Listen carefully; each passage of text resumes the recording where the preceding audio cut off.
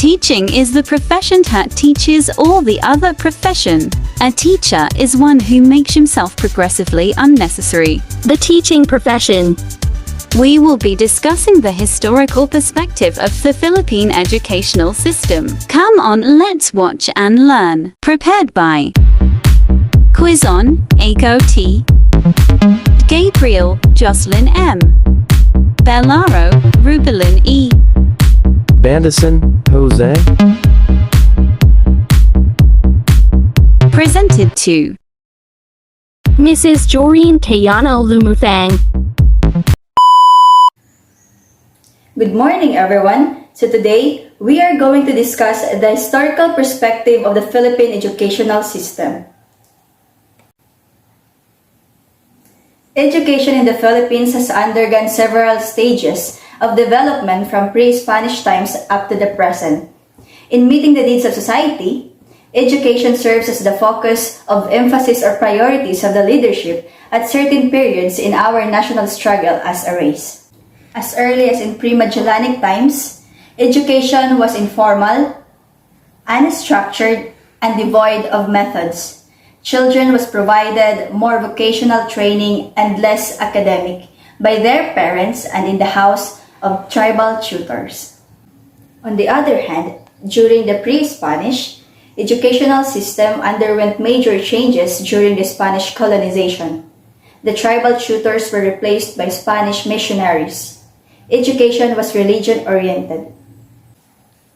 Access to education by the Filipinos was later liberalized through the enactment of the Educational Decree of 1863, which provided for the establishment of at least one primary school for boys and girls in each town under the responsibility of municipal government.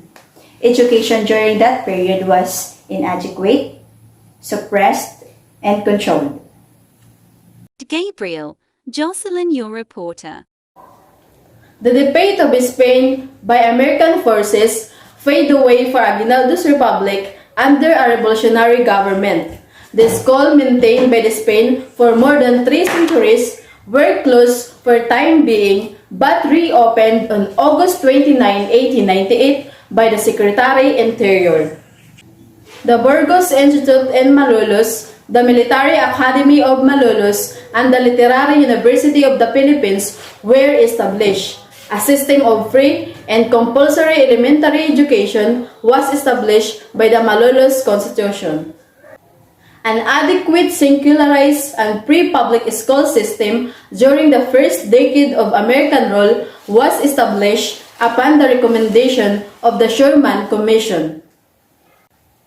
Pre-primary instructions that train the people for duties of citizenship and avocation was enforced by the top commission per instruction of President McKinley.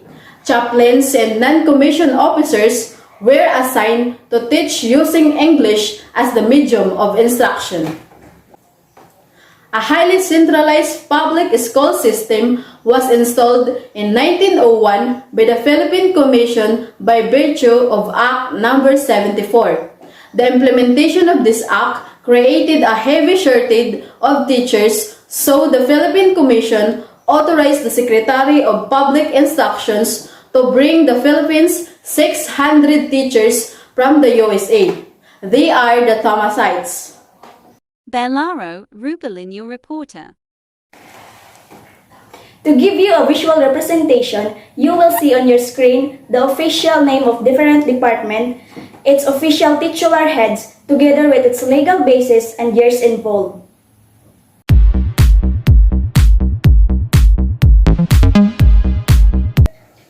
In 1908, the Philippine Legislature approved Act No. 1870, which created the University of the Philippines.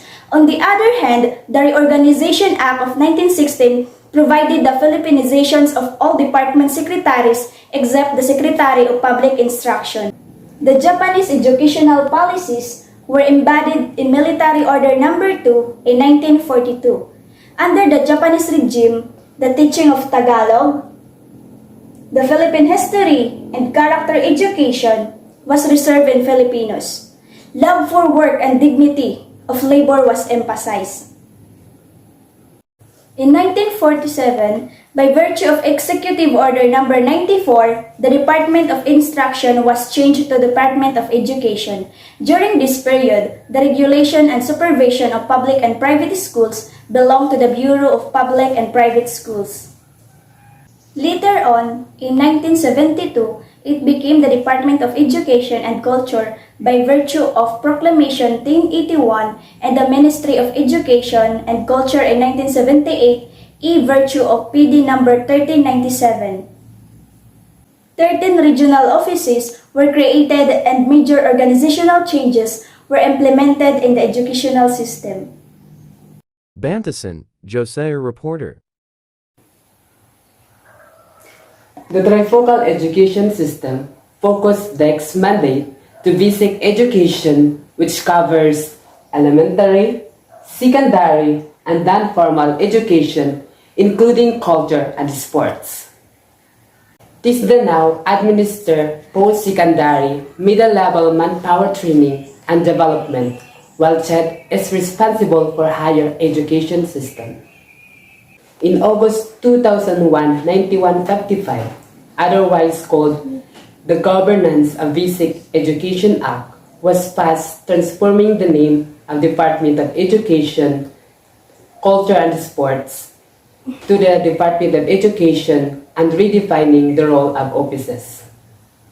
Republic Act 9155 provides the overall framework to the school head empowerment by strengthening the leadership roles to the school-based management within the context of transparency and accountability. The goal of education is to provide the school-age population and the young adult with skills, knowledge, Values to become caring, self-reliant, productive and patriotic citizens. Thanks for watching.